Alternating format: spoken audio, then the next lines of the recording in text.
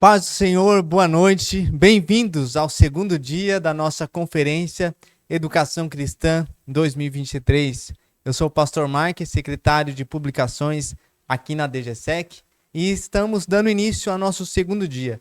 Você foi ministrado ontem, já acompanhou, sabe que Deus já falou bastante aos nossos corações aqui, através do pastor Elmer, né, sobre a importância da leitura da Bíblia.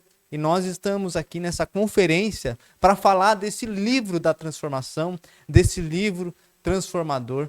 E eu quero, antes de tudo, agradecer a cada um que está nos acompanhando, pedir que você que está aí do outro lado nos acompanhando, comente, a nossa live aqui, a nossa transmissão, fale de qual campo você é, de qual cidade, nós queremos te conhecer, comente aí, participe, comente nos comentários aí sobre a conferência, tem sido uma bênção, né? Anote tudo que nós estamos falando aqui, para que você seja abençoado com essa conferência. Eu quero te convidar também como eu disse ontem, a compartilhar o link dessa transmissão. Compartilhe aí no seu status, nos seus grupos de WhatsApp, com os educadores da sua comunidade. Envie, para o maior número de pessoas, para que eles possam ter acesso a esse conteúdo. Como eu disse também ontem aqui, nós temos disponibilizado muitas coisas aqui no canal do YouTube da DGSEC, e essa conferência ela vai estar gravada aqui, então depois desse dia você pode também compartilhar tanto o dia de ontem, que ficou gravado aí, disponibilizado para os irmãos, quanto o dia de hoje, Se você não conseguiu acompanhar ao vivo, você pode ver depois, Então compartilhe o link a essa transmissão, porque essa é a intenção da Conferência Educação Cristã, é levar esses conteúdos, essas reflexões, para que elas cheguem nas nossas igrejas, nas nossas comunidades, para que a igreja possa falar mais sobre esses assuntos, compartilhar mais desses assuntos, ter um interesse de conferir, de buscar mais aprendizado dentro desses assuntos, e neste ano a Bíblia, o livro da transformação. Como eu disse aqui ontem também, eu quero te convidar a seguir a DGSEC nas redes sociais. A DGSEC está como IEAB Educação no Instagram. Lá nós temos publicado tudo que nós temos feito aqui no âmbito da educação cristã. Então você pode seguir lá a DGSEC para que você fique por dentro, as formaturas que são realizadas, nas nossas comunidades, nas nossas igrejas, nas regiões eclesiásticas. Você vai ver todas as fotos lá. Compartilhe, siga lá a IAB no Instagram e no Facebook, para que você fique por dentro de tudo que nós temos divulgado. E também o nosso seminário, você que não conhece, o Seminário Evangélico Avivamento Bíblico, a nossa igreja tem um seminário, e também vários núcleos espalhados, pelas igrejas, pelos campos eclesiásticos. Você que quer acompanhar os cursos, o que está sendo ministrado, quais são os cursos que estão com matrículas abertas, você pode acessar lá o Instagram do SEAB, seab.iaboficial, e lá você vai ter todas as informações que você precisa para estar por dentro do que o seminário tem feito. Quanto também a Livraria Avivamento, a publicações da nossa igreja, a casa publicadora da nossa igreja. A Livraria Avivamento está no Instagram como Livraria Avivamento e também no Facebook. E você também pode encontrar todos os materiais que nós temos lançado e divulgado aí no nosso site da Livraria Avivamento, livrariaavivamento.org. Lá você vai encontrar os preços, pode fazer simulação de frete, fazer o seu pedido, que vai chegar aí para você no conforto da sua casa, e você vai ser abençoado com tudo que nós temos feito aqui na DGSEC. Amém? Então, esse é meu pedido a você. Compartilhe também essas redes sociais aí no seu campo, na sua congregação, na sua comunidade, para que mais pessoas possam ter acesso a IEAB, a IEAB Educação, aquilo que nós temos feito aqui na DGSEC. Amém? Bom, como você viu ontem, nós demos o pontapé inicial aí para esse tema da Bíblia, o livro da transformação. E ontem tivemos uma ministração aqui com o pastor Elmer, falando sobre esse tema.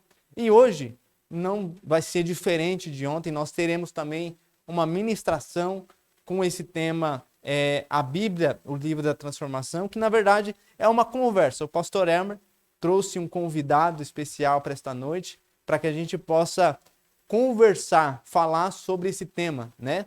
E hoje, para poder estar acompanhando o pastor Elmer nesse segundo dia, está como convidado aqui o pastor Marcelo Oliveira. Pastor Marcelo, ele é o diretor administrativo da editora Publicações Avivamento. Ele também é secretário de Educação Teológica aqui na DGSEC, né? Tem servido aqui no âmbito das publicações, né? E o pastor Marcelo, além de todas essas funções, ele também é auxiliar do pastor Elmer ali no campo de São João Clímaco. O pastor Marcelo, ele é bacharel em teologia, pós-graduado em aconselhamento pastoral. Ele também tem uma pós em teologia e literatura e é bacharel em administração. E vai, né, no dia de hoje, né, falar com o pastor Elmer sobre esse tema aqui numa conversa creio que vai ser abençoador para todos nós. Então te convido, como ontem, anote tudo que for falado aqui, todos os aprendizados, né? Comente aí também, né? Enquanto a gente está aqui na nossa live, comente, compartilhe, para que você seja abençoado e para que mais pessoas também sejam abençoadas através dessa transmissão de hoje.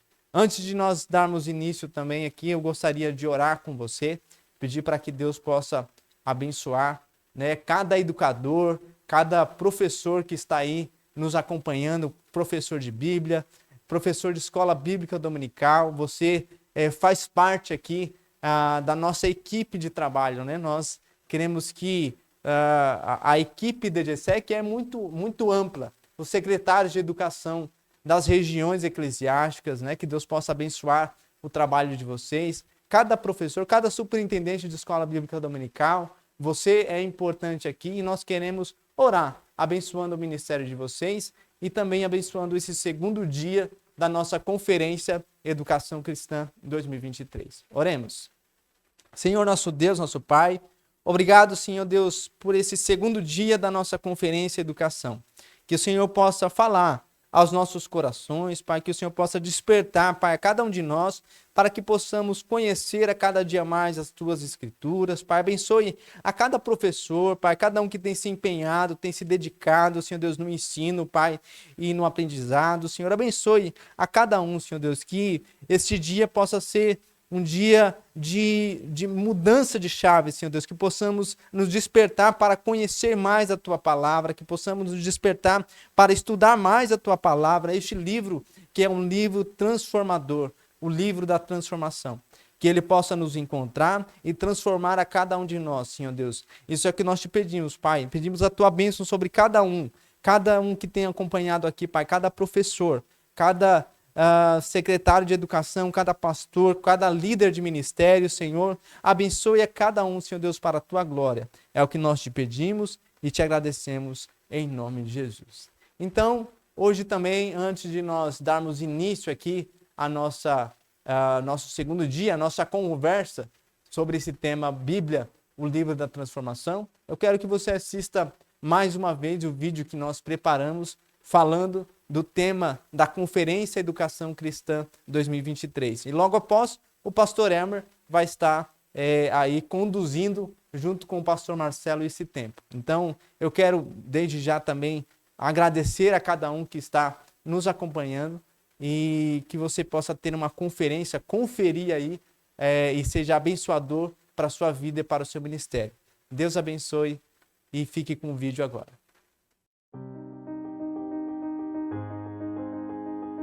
Sejam bem-vindos à Conferência Educação Cristã 2023. Este é um evento que promete transcender o tempo e iluminar nossas vidas. Hoje, exploraremos as páginas de um livro que moldou civilizações, transformou corações e inspirou vidas ao longo dos séculos. A Bíblia, o livro da transformação. Nessas páginas encontramos não apenas palavras, mas o poder de mudar vidas, de tocar almas e de guiar-nos em meio às dificuldades da vida. Desde a criação do universo até os relatos de coragem, amor e redenção, a Bíblia é uma jornada que transcende as fronteiras do tempo. Cada palavra é uma semente de transformação, pronta para germinar em nossos corações. Ao longo da história, vemos o impacto da Bíblia em movimentos sociais, nas artes e nas decisões que moldaram nações. Suas histórias ecoam através dos séculos, desafiando-nos a refletir e a buscar a transformação. Hoje, a Bíblia continua a ser uma fonte de inspiração e orientação. Em nossos dias de desafios e incertezas, suas palavras ecoam, oferecendo esperança, paz e uma visão de transformação pessoal e coletiva. Na Conferência Educação Cristã 2023, somos desafiados a mergulhar nas páginas deste livro sagrado, a deixar suas palavras penetrarem em nossos corações e nos conduzirem a uma transformação profunda. Que cada capítulo seja uma jornada para a renovação interior. Preparados para uma jornada de descoberta e transformação? Então abramos as páginas deste tesouro, a Bíblia, o livro da transformação, e que esta experiência nos inspire, nos desafie e nos guie para um futuro cheio de significado e esperança. Conferência Educação Cristã 2023, o livro da transformação.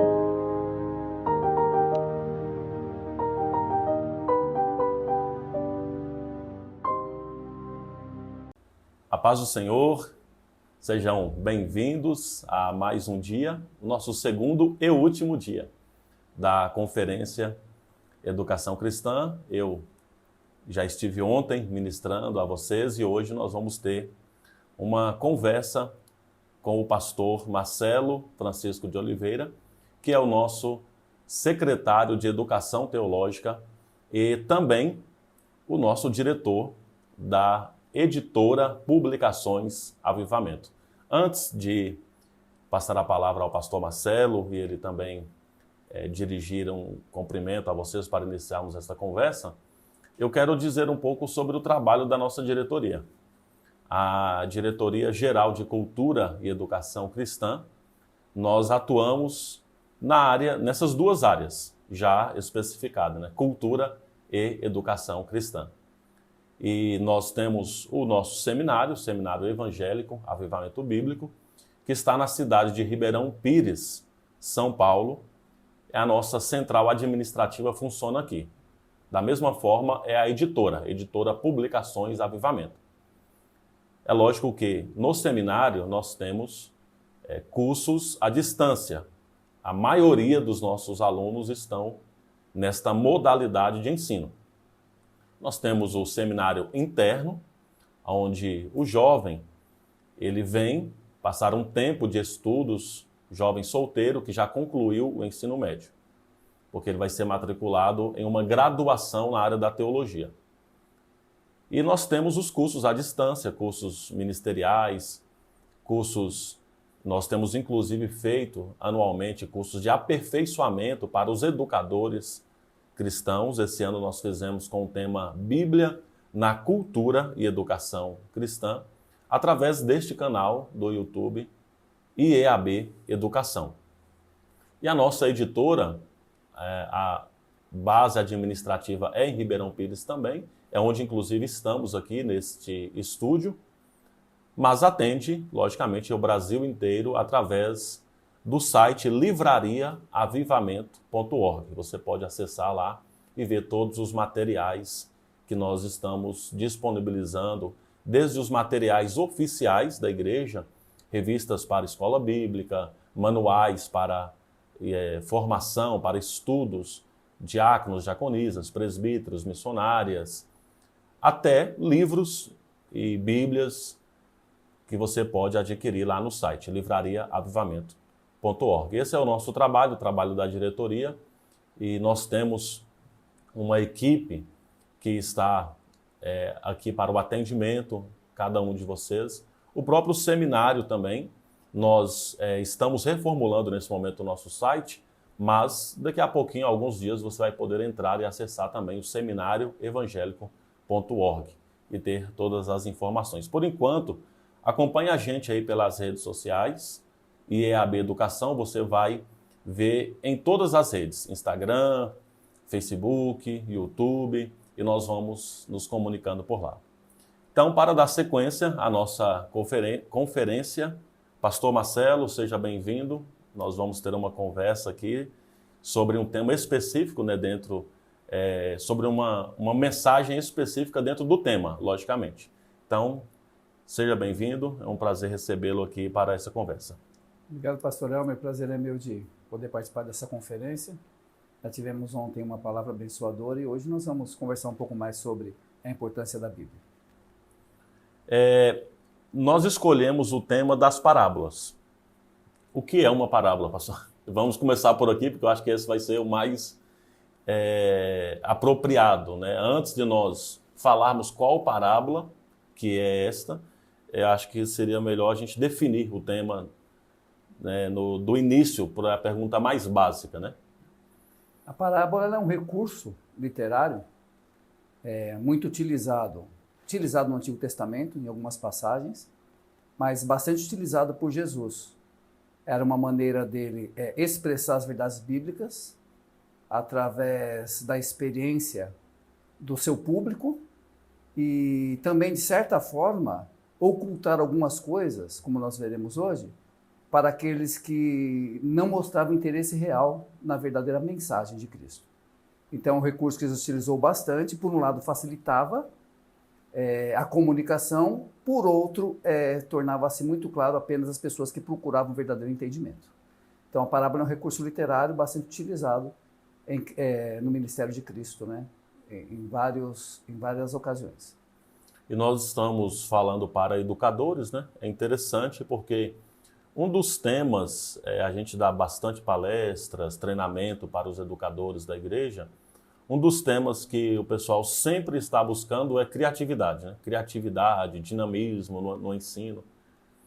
E Jesus era muito criativo, né, e dinâmico. Inclusive as parábolas demonstram isso, uma maneira de ensinar, mesmo que seja um recurso literário, a forma que Jesus utiliza, né, fala muito ao cotidiano da vida das pessoas. E quando você ensina com demonstrações do cotidiano, o ensino fica mais eficaz, né? As pessoas elas acabavam se enxergando nas histórias que Jesus contava, né? E a partir de então elas acabavam se envolvendo. E aí, através dessa comunicação, elas eram desafiadas. As pessoas que demonstravam maior interesse buscavam entender ou procurar saber o significado daquilo. Os que não tinham verdadeiro interesse pela proposta do Evangelho acabavam apenas ficando na superfície, né? Sim. Então a parábola tem esses dois lados, mas muito importante porque era a língua do cotidiano das Sim. pessoas. E também tem uma outra questão, nossa missão, um dos aspectos dela é evangelizar e discipular as pessoas, né? E as parábolas têm esta ligação muito forte no ministério de Cristo, no que diz respeito ao evangelismo e discipulado. E aí entra algo que o senhor falou. As pessoas que têm interesse. Às vezes nós queremos forçar o aprendizado com alguém, mas só aprende quem tem interesse, né? Até mesmo na evangelização, Jesus chegou a dizer isso, né? Se você não é bem recebido, sacode a poeira, não, né? Ou seja, você não vai ter como cumprir a missão. Então, você não leva nem a poeira daquela cidade. Agora, se as pessoas tiverem interesse, acolherem, aí você tem uma grande oportunidade. A educação também segue esse caminho, né? O caminho de você precisa ser ensinável para aprender, você precisa querer aprender. Perfeito. Inclusive a parábola que a gente vai tocar hoje demonstra exatamente isso, né? Se é que eu já posso começar a falar um pouquinho dela? Sim, sim. Que a gente vai discutir um pouquinho a respeito da parábola do semeador e as demais parábolas que estão ali naquele contexto de Mateus. Embora nós tenhamos a parábola em Mateus, que nós vamos analisar a partir desse evangelho. Nós temos ela também em Marcos, capítulo 3, e Lucas, no capítulo 8. Então, ora nós vamos pegar conceitos de lá, ora daqui, para formar um quadro completo. É exatamente isso, né? Se nós pegarmos o contexto da parábola do semeador, no evangelho de Mateus, nos demais evangelhos que ela aparece, a gente vai perceber um contexto imediato. Uma coisa muito importante quando nós falamos sobre parábola, a parábola ela só vai poder ser interpretada corretamente à luz do seu contexto. Uma parábola ela retirada do seu contexto, então ela vai servir de material para muitas divagações. Mas para a gente interpretar melhor uma parábola, nós temos que fazê-lo à luz do seu contexto. Não só as parábolas, qualquer texto da Bíblia, mas a parábola também, ela exige muito isso. Geralmente as pessoas, elas recortam a parábola do seu contexto e fica dando outros entendimentos que não é a proposta do ensino de Cristo, né? Isso é um grande perigo. A gente vai perceber então o contexto da parábola do semeador. No capítulo 12 do Evangelho de Mateus, nós vemos Jesus sofrendo grande resistência no seu ministério, na sua pregação. A gente percebe lá no comecinho do capítulo 12 o embate por questão do sábado, quando os discípulos passaram pelas searas e começaram a colher as espigas no sábado. Depois Jesus vai curar um homem da mão mirrada no sábado, aí vem outro embate a respeito daquela cura. Depois Jesus vai curar também um cego e mudo, né? E aí eles blasfemam de Jesus. E na sequência nós vamos ver a mãe de Jesus e seus irmãos aparecendo lá, né? E o texto vai dizer que a sua mãe, as pessoas avisam Jesus, a sua mãe e seus irmãos estão aí fora e quer ver-te. Ele está reunido lá com seus discípulos na casa. E aí Jesus diz: quem são minha mãe e meus irmãos? Né? Aqueles que ouvem as minhas palavras e praticam. E aí vem a parábola do semeador. Então a parábola do semeador por um lado, Jesus mostrando aos seus discípulos a resistência que o evangelho está sofrendo, mas que essa resistência ela existiria tanto no ministério de Cristo como no próprio ministério dos discípulos, confortá-los em relação a isso e encorajá-los também. Ou seja, nós pegamos Mateus capítulo 5, 7, que é o Sermão do Monte. Deus está falando de maneira mais aberta. Depois ele começa a falar por parábolas. A partir do momento que os seus adversários, por assim dizer, os religiosos que buscavam algum erro na mensagem de Cristo, mostraram essa resistência a ponto de blasfemarem, aí Jesus vai explicar para os discípulos por que a semente ela não vai produzir em todo o solo. Então ele está pregando o evangelho, reunindo discípulos verdadeiros, mas muitas pessoas estão resistindo à mensagem. Então Jesus conta a parábola do semeador para mostrar que existem vários tipos de solo e nem todos os solos as sementes vão germinar. Bom, esta parábola ela tem, inclusive, a ver com os dois aspectos que nós tratamos, inclusive, esse ano. A conferência é isso, né? Essa atitude nossa da diretoria de conferir o nosso trabalho durante o ano.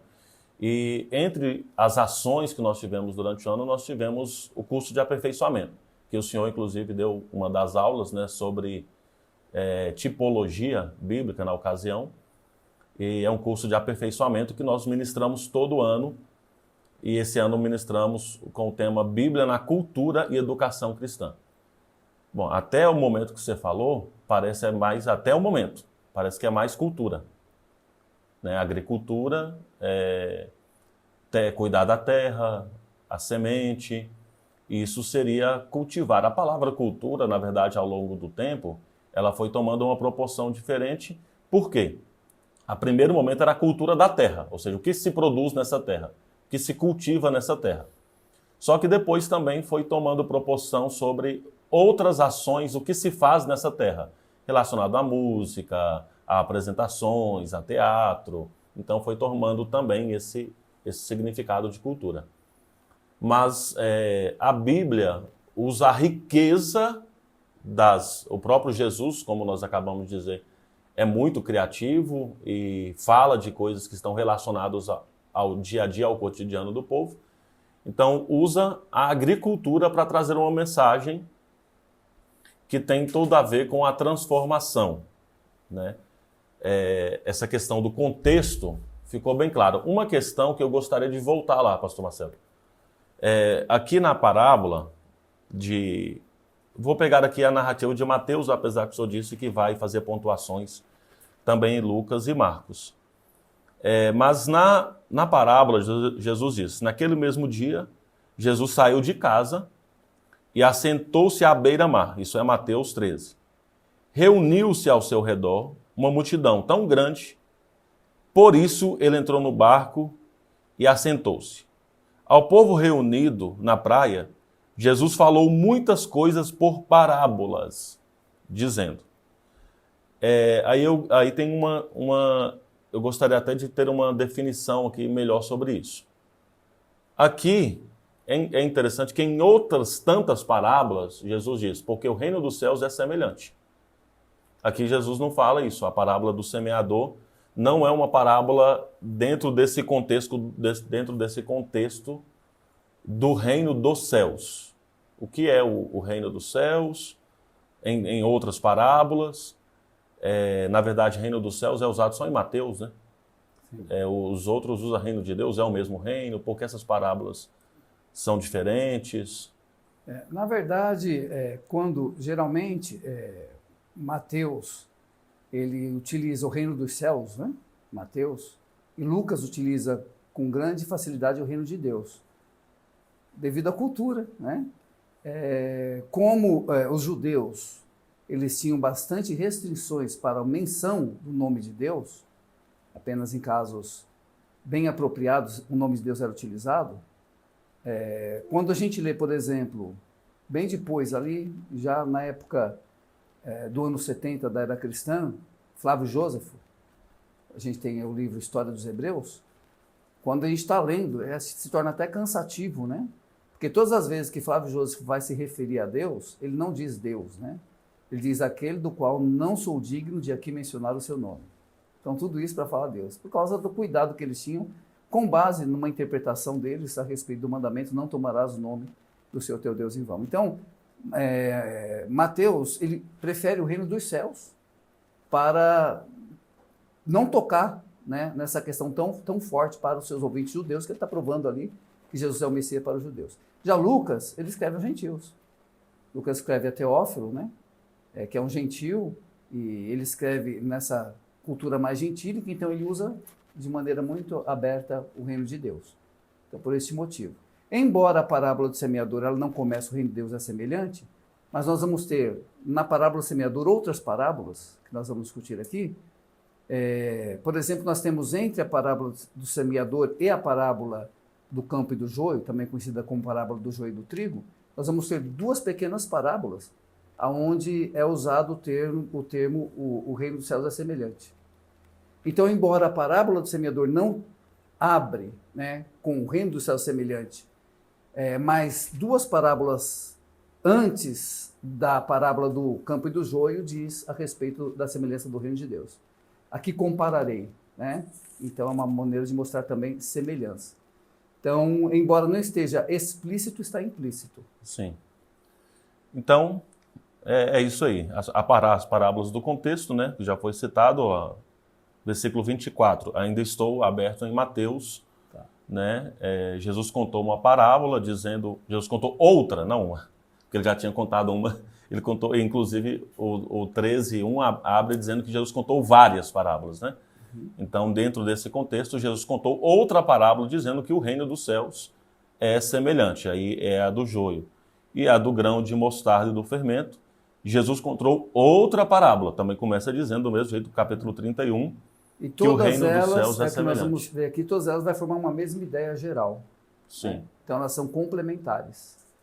Por Certo. isso que, embora ela não abra a parábola do semeador dizendo que o reino de Deus é semelhante, a intenção é mostrar como é que funciona o reino de Deus, mas no primeiro aspecto é mostrar por que muitos resistem ao reino de Deus e apenas uma parte da terra pode produzir o fruto. Bom, então nós podemos avançar nesse sentido. O que seria melhor? Nós identificarmos os personagens, quem é o semeador, quem é a semente, a terra, do que se trata essa ilustração, ou por onde o senhor poderia avançar aí dentro do que já foi falado do contexto, já foi bem explicado, né? Então Jesus ele vai responder através de parábolas, vai falar à multidão. Interessante, pastor, que a parábola do semeador e a parábola do joio e do campo são chaves para interpretar as outras duas parábolas menores. Sim. Porque quando nós pegamos, e até adianto uma questão aqui, Jesus fala assim, lá em Marcos, vocês não entenderam estas parábolas, como entenderão as demais? Então, com base no entendimento da parábola do semeador, que tem explicação, e a parábola do campo e do joio, ou do joio e do trigo, como queira, que também tem explicação, as duas palavras, entre elas, tem que ser interpretada à luz das duas que tiveram explicação. Então, quando a gente não faz isso, a gente também podemos, não digo trazer uma distorção do significado, mas perder a força da intenção de Cristo nesse ensinamento, né?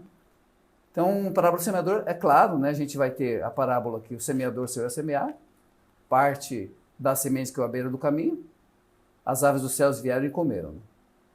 Outra parte caiu em solo pedregoso, solo rochoso, e logo a erva brotou, mas vindo o sol, ela se secou porque não tinha raiz profunda. Outra parte caiu entre espinhos, os espinhos cresceram e sufocaram, também não pôde produzir. E a outra parte caiu em bom solo e produziu 30, 60 a 100 por 1. Então a parábola é essa.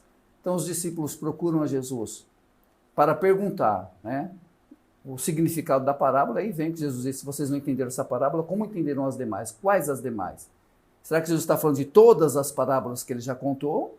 Né? Sim, pode ser, uma coisa mais abrangente, mas ele está se referindo às que ele vai contar agora, no decorrer daquele curso de ação sequencial em que está registrado aí no Evangelho. Né?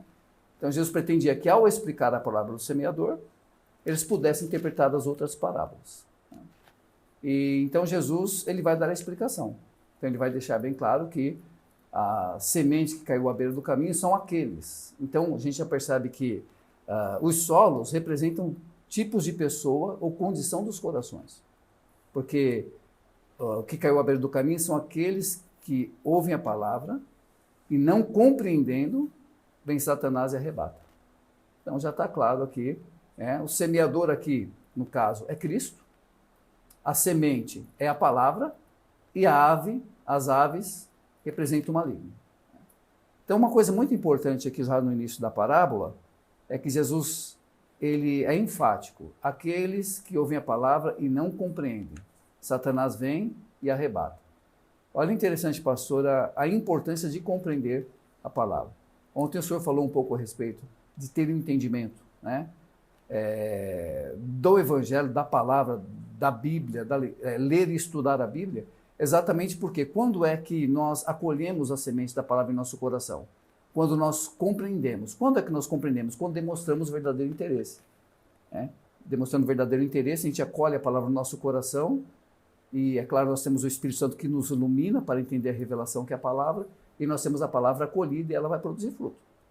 Do contrário, acontece o que aconteceu aí nesse primeiro solo. Terreno pisado, beira do caminho, a palavra ficou na superfície porque não houve compreensão, Satanás arrebatou a semente. Então é muito comum nós vermos pessoas ouvindo o Evangelho o tempo todo. Né? Graças a Deus, no Brasil nós temos aí muita liberdade, nós temos N maneiras de se ouvir o Evangelho, N traduções de Bíblia, mas o fato é que as pessoas estão compreendendo o que ouve. Né? Primeiro, estão ouvindo o que é correto, e ouvindo o que é correto, estão compreendendo o que ouve. À medida que nós ouvimos o que é correto, compreendemos o que nós ouvimos, nós podemos dar fruto. Do contrário, se a semente ficar na superfície, Satanás arrebata e não há possibilidade de produzir. Outra parte da semente ela vai cair em solo rochoso. Então, claro que você está usando ali o dia a dia da agricultura, não havia tecnologia como há hoje, né? Então, mesmo que o terreno era tratado, ele não era tratado com tanta perícia, e nem sempre se tirava todas as pedras, pedregulhos e sementes de erva daninha. Então, Jesus fala então que a semente caiu em solo rochoso e logo ela cresce, mas vindo o sol vai matar aquela erva. Então, fala a respeito das pessoas que ouvem o Evangelho, okay? Mas embora a semente penetre até certo ponto, ela não cria raiz profunda porque os pedregulhos não permitem que isso aconteça. E vindo a luta e a perseguição por causa da palavra, então veja, não são circunstâncias adversas, mas o motivo por causa do evangelho, por causa da palavra, essas pessoas então não permanecem. E a outra parte caiu entre espinhos, os espinhos cresceram e a sufocaram, que aí diz respeito, os espinhos são a representação aqui dos cuidados desta vida, das riquezas do mundo que sufocam a semente, ela também não pode produzir. Apenas uma quarta parte do solo é que produz. E mesmo assim, nem todos produzem da mesma maneira. Uns 60, uns 30, outros 60 e outros 100 por um. Então, mesmo o solo fértil, nós não podemos esperar que todas as pessoas produzam da mesma maneira. Uns produziram mais e outros produziram menos. Mas o certo é que as pessoas que acolheram a palavra, a semente que não caiu à beira do caminho, que não caiu no solo rochoso e que não caiu entre espinhos, vai produzir fruto. Então, é inadmissível que um cristão não produza certa quantidade de frutos, né? Por assim dizer, porque é inevitável que o bom solo produza fruto. Uns mais, outros menos, mas vai produzir. Esta parábola em específico, veja que ela está inserida no contexto das parábolas do reino. As parábolas do reino, elas automaticamente estão direcionadas às pessoas que estão no reino. Mesmo a do joio e do trigo, tanto um quanto o outro está no reino, mesmo não sendo do reino. Porque na questão do joio e do trigo, nós não temos condição, não cabe a nós, não é que nós não temos condição, nós não temos responsabilidade, não cabe a nós dizer quem é o joio e quem é o trigo.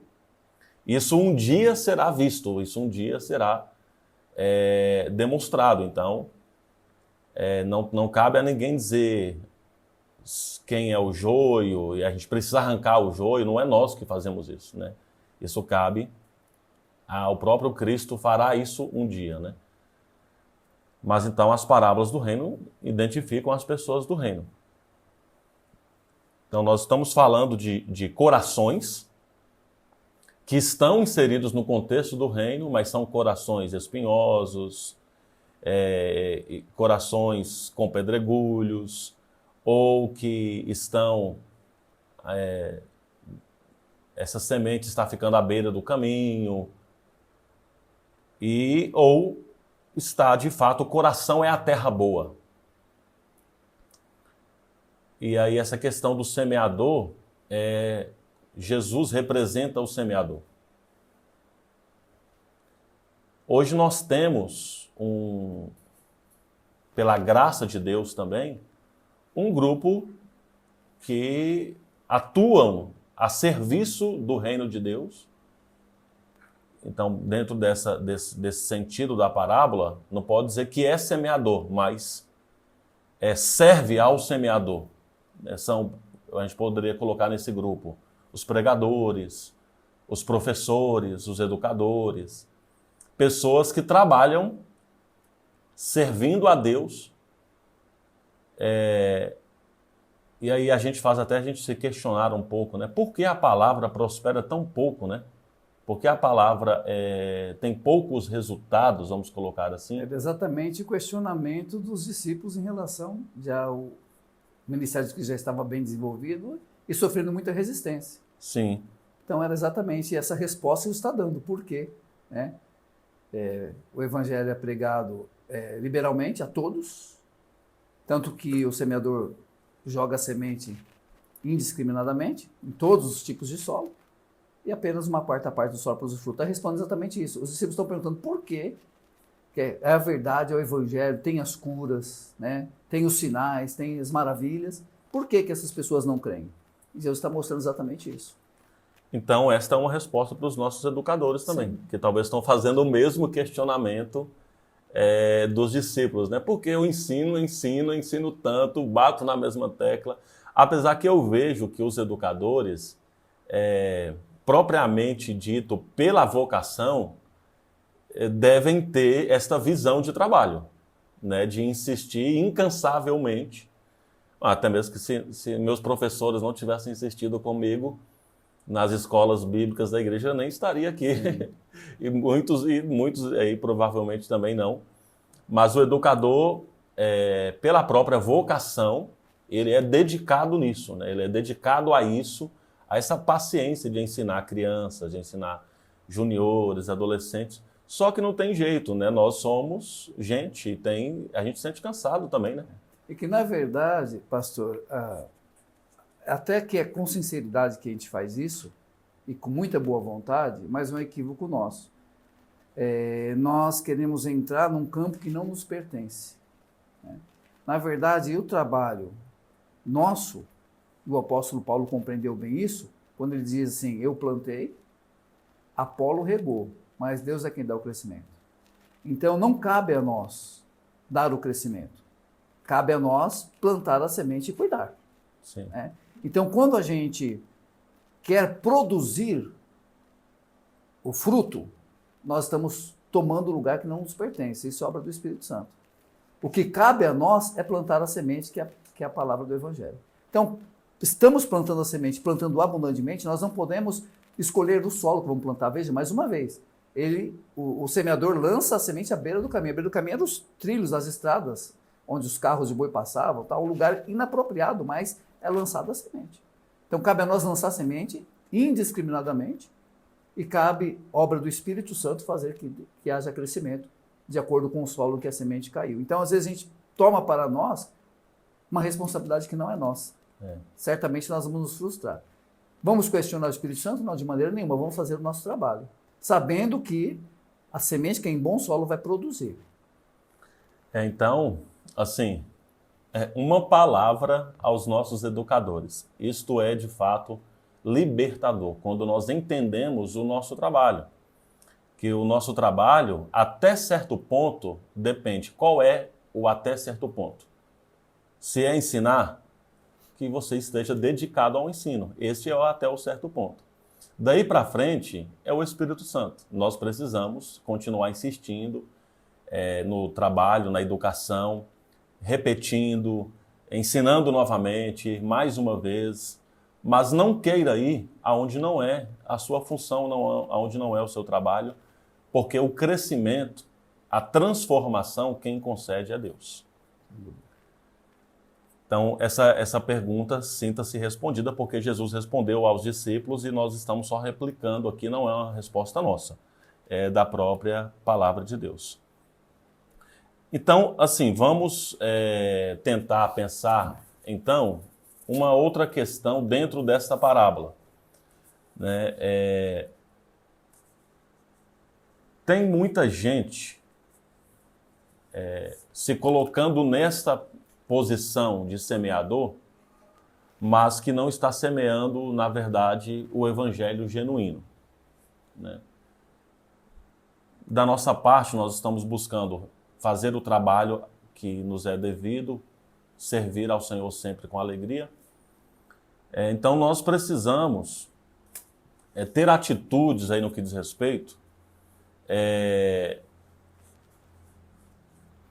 Eu consideraria muito nesse tempo que nós estamos vivendo, orar não só antes de iniciar uma aula, mas orar também depois de concluir uma aula, ou uma mensagem, ou uma pregação. Então nós oramos muito no início de uma mensagem, vamos orar pelo mensageiro, vamos orar pelo pregador, ou vamos orar para iniciar a nossa aula.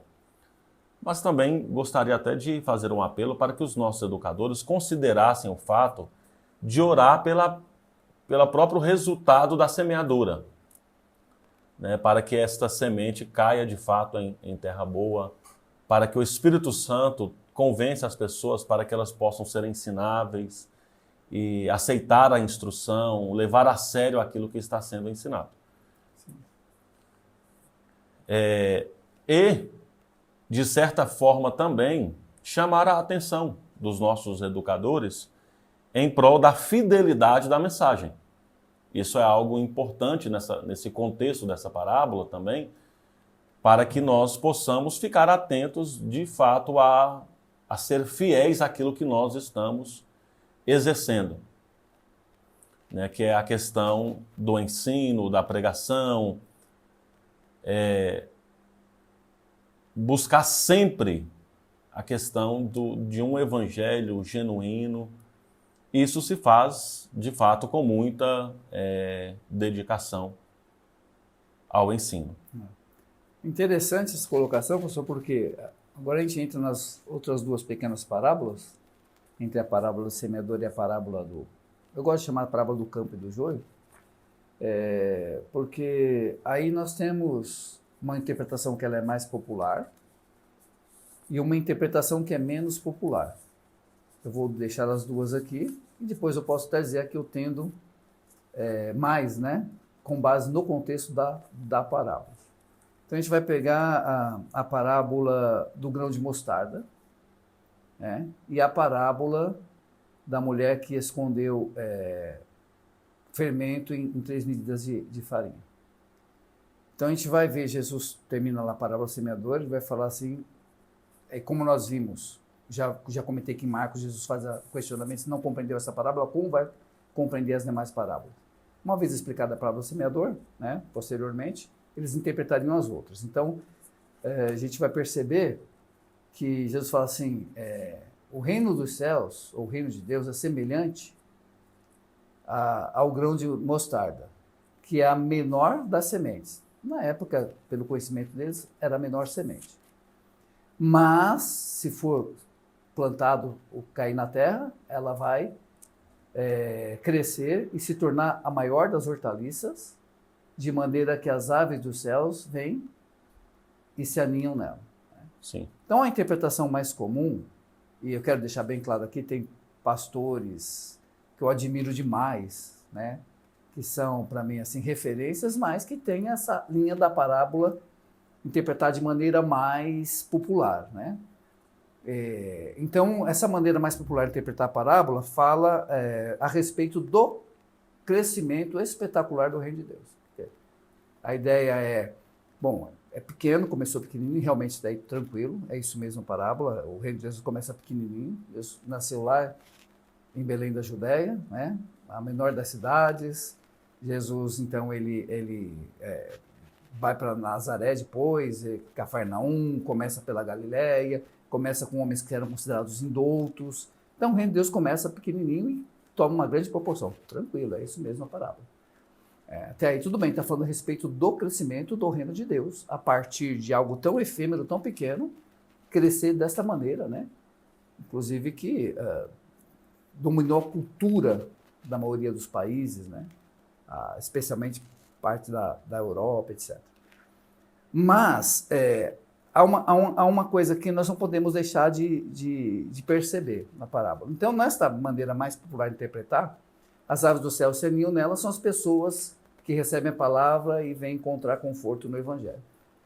Não há nenhum problema quanto a essa parábola, ser interpretada dessa maneira.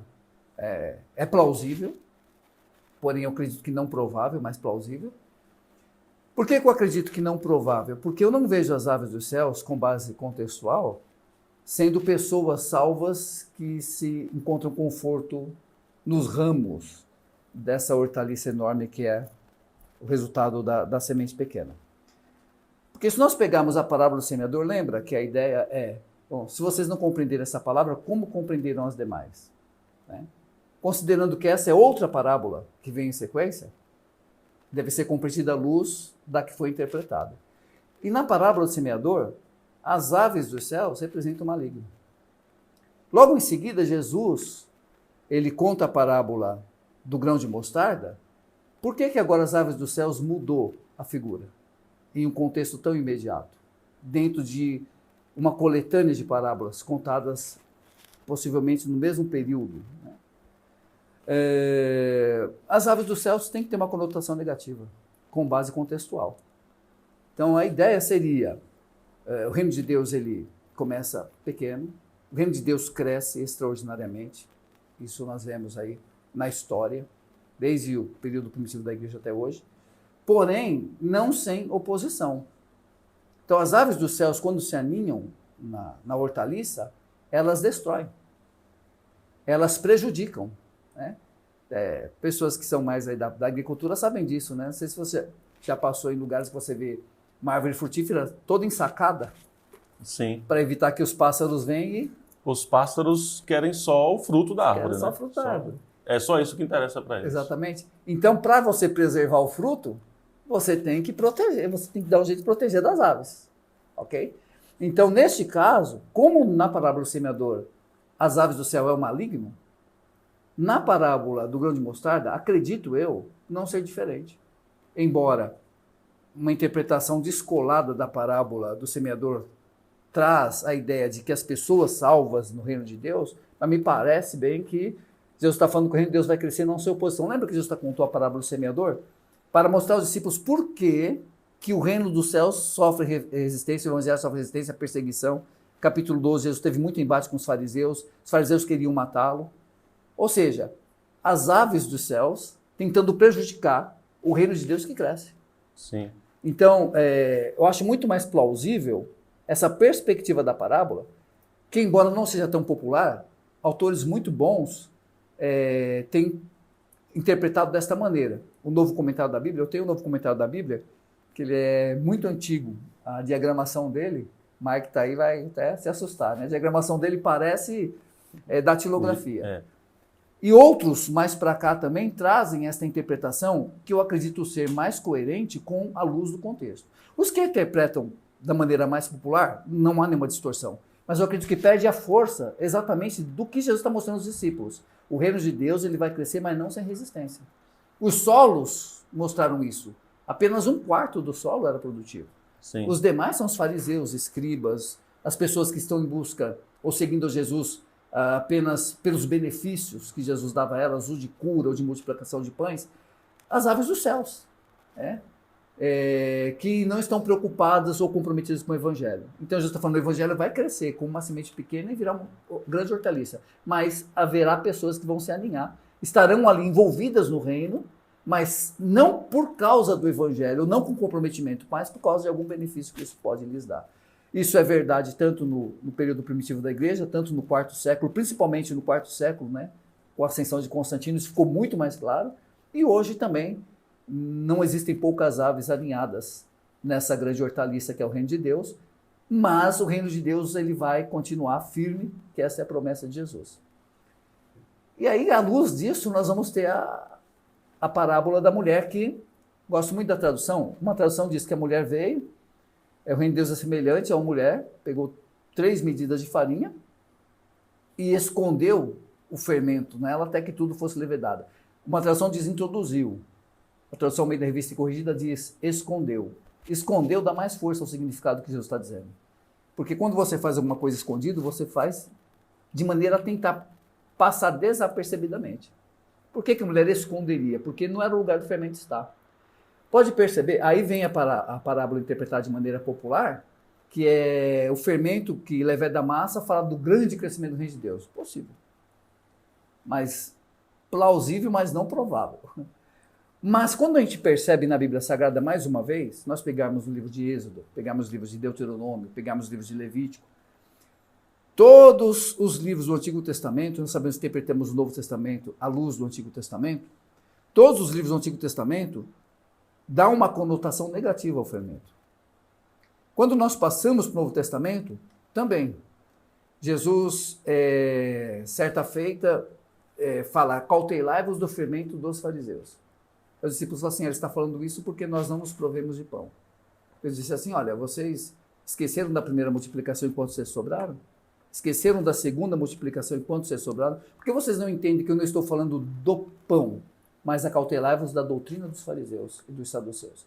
Mais uma vez aqui, a doutrina, olha só que interessante, a doutrina dos fariseus, a doutrina dos saduceus é comparada a Jesus ao fermento. Algo negativo, porque era uma doutrina equivocada, errônea, uma doutrina que negava o Cristo. E nós vamos ver Paulo utilizar de maneira negativa, né, a figura do fermento. Lá no capítulo 5 da primeira carta aos Coríntios, no versículo 6, Deus tratando de um caso incestuoso, onde um homem teve relação sexual com a sua madrasta, a mulher do seu pai. Não se sabe se o pai estava vivo ou não, mas não importa, estando ou não, é um incesto, um caso incestuoso. E a igreja de Corinto, jactante, orgulhosa dos seus dons, né? Achando que era uma igreja bastante saudável, mas não repreendeu aquele homem. Aí Jesus fala assim, não sabem que um pouco de fermento leveda a massa inteira? Jesus diz que o fermento é a doutrina dos fariseus. Paulo utiliza o fermento como comportamento imoral de uma pessoa. Não sabem que um pouco de fermento leveda a massa inteira? Tirai o velho fermento para que seja uma nova massa. Os asmos da sinceridade. Então, lançar fora o velho fermento era a exclusão daquele homem que estava praticando aquele absurdo que não estava sendo repreendido. Então a gente vai perceber que Paulo também utiliza o fermento como algo negativo. Aí a pergunta é, por que apenas nesta parábola o fermento vai ter uma conotação positiva? Eu acho um pouco improvável. Então, me parece que o fermento aí é exatamente a ação maligna tentando, de alguma forma, ser disseminada no reino de Deus. E se não for contido, a massa toda é levedada. Então está falando da doutrina dos fariseus, da época dos saduceus, já o nascente gnosticismo e tudo mais. Para nós também, nós temos que pregar o evangelho, e aí vem a questão que o senhor está falando a respeito do verdadeiro evangelho, e ficar atento com as aves, os falsos ensinos, as pessoas que querem tirar proveito do reino de Deus, e com o fermento, que se for introduzido, leveda a massa toda. Então é um alerta de Cristo. O reino de Deus vai crescer, mas não sem oposição. Muito bem. É a questão, exatamente a questão da fidelidade. É importante, é crucial, na verdade, né? Que nós sejamos fiéis, né, à pregação do Evangelho, ao estudo bíblico, ao aprendizado, no sentido de que quando nós ensinamos, nós aprendemos muito mais do que ensinamos. Então tem essa preocupação aí, essa preocupação do próprio Cristo, né, no que diz respeito a esses empecilhos, a algumas situações que tentam impedir o avanço do Evangelho e às vezes está no próprio meio do Evangelho, não é? Lógico, a gente sabe isso aí, não precisa nem ser falado, né? Externamente, há todo um ataque, há algumas ações malignas, né, externamente, mas às vezes internamente também se tem. Mas o problema maior mesmo é o interno. Sim. A gente vai ver as cartas que o apóstolo escreve, o apóstolo Paulo, os demais apóstolos escrevem para as igrejas, para corrigir erros doutrinários na igreja. O mundo não está preocupado com doutrina. E a perseguição que o mundo empenhou contra a igreja, muito pelo contrário, o tiro saía pela culatra, né? Sim. Dava errado, porque quanto mais a igreja era perseguida externamente, mais ela crescia. Mais ela crescia. É só pegar o período do domínio do Império Romano. Quanto mais... As primeiras perseguições pelos judeus em Jerusalém, a igreja expandiu, espalhou-se. A igreja, sendo perseguida pelo Império Romano, cresceu, espalhou-se. Quando que a igreja começou a ter problema sério?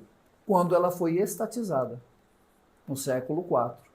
Quando Constantino ascendeu ao cargo de imperador, e ele então torna-se chefe da igreja católica. Então, a ideia, não existia protestantismo, obviamente, isso seria um anacronismo, mas ele torna-se chefe da igreja também, a igreja se estatiza, e o clero torna-se uma cabide de emprego, as aves dos céus, Sim. se aninhando, né? A massa entrando, tomando conta do reino.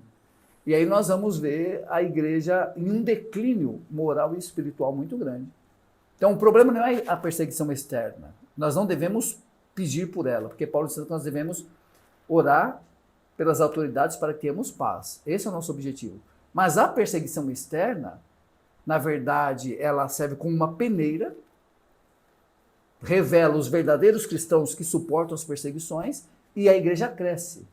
Mas a perseguição interna, né, ela vai causando aí um desgaste, as heresias, e aí quando os apóstolos escrevem, João contra o gnosticismo, Judas contra o antinomianismo, quando a igreja ela começa a agregar heresias, ela começa então a ser destruída aos poucos, porque vai se afastando da verdade do evangelho. E aí vem a questão, somente o verdadeiro evangelho é que pode salvar.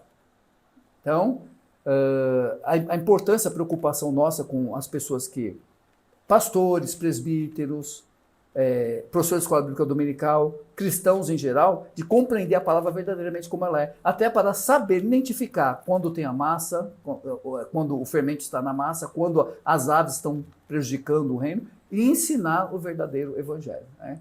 Então, por isso que eu acredito que a segunda maneira de interpretar a parábola faz mais jus ao contexto imediato e à experiência cristã também. Embora, popularmente, o crescimento apenas é dito na parábola do grão de mostarda, na parábola da massa, é dito apenas do crescimento e não da oposição, mas eu faço uníssono com poucos, né, comentaristas, entre eles o Novo Comentário da Bíblia, que realmente mostra, pelo que eu já disse aqui, que o fermento não é bom e as aves dos céus no contexto não são boas. A gente tem que estar atento a isso porque para cuidar dessa lavoura chamada igreja. E aí eu faço até aqui de uma forma mais assim, entender essa questão, o pastor Marcelo pode até fazer algum outro alerta também. Por exemplo, o sincretismo, o pastor Marcelo já citou inclusive, o sincretismo que é a mistura, né, de conceitos e práticas da fé. Então, ou seja, o catolicismo com o paganismo que se juntou, e a igreja evangélica hoje sofre influências também de misturas, aí você vê, tal pessoa está fazendo, mas é judaísmo, não é cristianismo. Até práticas católicas, apostólicas romanas, né? Porque católicos apostólicos todos nós somos também, porque o catolicismo diz respeito a todos, né? É universal nesse sentido da palavra, o que é catolicismo, né? E apostólico porque nós também nós estamos debaixo da doutrina apostólica, o que nós não romano, o que nós não somos romano. Mas quando você mistura práticas do catolicismo romano ou práticas do judaísmo com o cristianismo, isso é um sincretismo, é mistura de conceitos e práticas e ações e achando que está tudo bem e não está. Uma outra questão é o liberalismo. Hoje está muito forte o liberalismo, né? Não tratar a Bíblia como palavra de Deus, não tratar a Bíblia como verdade, como um livro que é a base da regra e da prática do povo de Deus. Tem muitos que se dizem cristãos evangélicos que não tratam a Bíblia como palavra de Deus. Então isso é um problema interno nessa questão do semeador, né? Que a palavra está criando conflitos aí internamente. Uma outra questão também é o próprio misticismo, né? O misticismo também ou seja, em muitos ambientes, se talvez você perguntar o que é prestar um culto racional a Deus, talvez a pessoa nem sabe explicar. Sim. Não, culto racional não precisa ser. Culto não pode ser racional. Né? Culto tem que ser espiritual, culto tem que ser emocional, culto tem que ser... Então, mas espera, você não está lendo a Bíblia então? Porque é a Bíblia que diz para que nós prestemos um culto racional a Deus. Eu até conheço uma pessoa muito próxima a mim que estava em um culto e a primeira oração que o pastor fez à abertura do culto foi que Deus tirasse todo o raciocínio humano. Então. E aí fica difícil, né, a gente prestar um culto conforme Deus requer. Exatamente. Que é um equívoco muito grande sobre espiritualidade, né? Sim. Que é ser espiritual. Ser espiritual é procurar compreender a palavra de Deus e obedecê-la. Sim. A espiritualidade não está necessariamente ligada às manifestações. Sim. Existem as manifestações, mas nem sempre elas são espirituais. Então a gente precisa saber separar bem essas coisas. Bom, nós vamos terminar aqui, né? A conversa rendeu bastante, mas eu gostaria de concluir aqui. Nosso tema é Bíblia, o livro da transformação, e tem uma pesquisa que eu gostaria de falar aqui para os nossos irmãos que nos acompanham. Depois nós podemos até colocar o link à disposição da pesquisa, que é do Centro de Engajamento na Leitura Bíblica. É um centro de pesquisa dos Estados Unidos. E eles procuraram responder a seguinte pergunta: por que tantas pessoas possuem Bíblias, mas tão poucas as leem? E aí eles assim, entrevistaram 400 mil pessoas em todo o mundo. né, sobre vida espiritual, que o pastor Marcelo acabou de dizer aqui sobre espiritualidade. Então, achei importante comentar nessa palestra aqui de hoje, nessa conferência de hoje, porque nós estamos tratando da Bíblia, né? A palavra de Deus é esta semente. Então, veja que eles tiveram uma descoberta bem interessante. Eles chamaram de o poder do efeito 4. Uma descoberta importante dessa pesquisa é que a vida de alguém que se envolve com as Escrituras 4 vezes ou mais por semana tem uma mudança radicalmente. Uma pessoa que lê e medita na Bíblia 4 vezes ou mais durante a semana. A semana tem 7 dias. Então essa pessoa vai, 4 dias, ela vai ler e meditar na palavra. Ontem eu já disse aqui que você deveria ler todos os dias, pelo menos um capítulo, ler, meditar, refletir. Qual é o efeito? O efeito é o seguinte, uma pessoa que lê a Bíblia e medita 4 vezes ou mais por semana, ela tem 228% maior probabilidade de compartilhar a fé com outras pessoas. 407% maior probabilidade de memorizar as Escrituras. Agora, olha também como isso é sério. As duas primeiras já são muito sérias, né? 59% menos probabilidade de ver pornografia. E 30% menos propensos a lutar contra a solidão, que é um problema onde se relata muito suicídio. A pessoa que tem problema com solidão, ela tem tendências suicidas. E a pornografia, que é um tema que tem que ser abordado hoje, tem que ser falado, porque é um tema que se trata de vícios, da mesma forma de vícios em drogas, em químicas. Então, são assuntos que a Bíblia tem o poder de transformar. É a semente caindo em terra boa, você querendo a transformação, você querendo a palavra de Deus, você querendo mudanças na sua vida. E olha o que diz a pesquisa. As pessoas que não leem a Bíblia e não meditam na Bíblia, elas vivem da mesma maneira de uma pessoa que não é um cristão. Ela tem o mesmo pensamento, as mesmas ideias, as mesmas práticas de uma pessoa que não é um cristão, que não é um evangélico. Olha para você ver como é sério. O comportamento dessas pessoas não muda nada comparado a uma pessoa que não tem Deus, que não obedece a Deus, que não é temente a Deus e que não é declaradamente um cristão. Agora, já uma pessoa que lê a Bíblia, no mínimo 4 vezes numa semana, ela tem um impacto transformador na vida dela. Então, é isso. Pastor Marcelo, se o senhor quiser dizer algo a mais para os nossos irmãos que nos acompanham, né, uma palavra final, nós podemos encerrar, então, mais esse dia aí da nossa conferência. Eu só quero agradecer pela participação de todos e recomendar que leia o restante das parábolas, né, que tem nesse contexto do capítulo 13, e em seguida vai ter outras parábolas tão importantes quanto, sempre com base na intenção de Jesus, né, em relação a isso.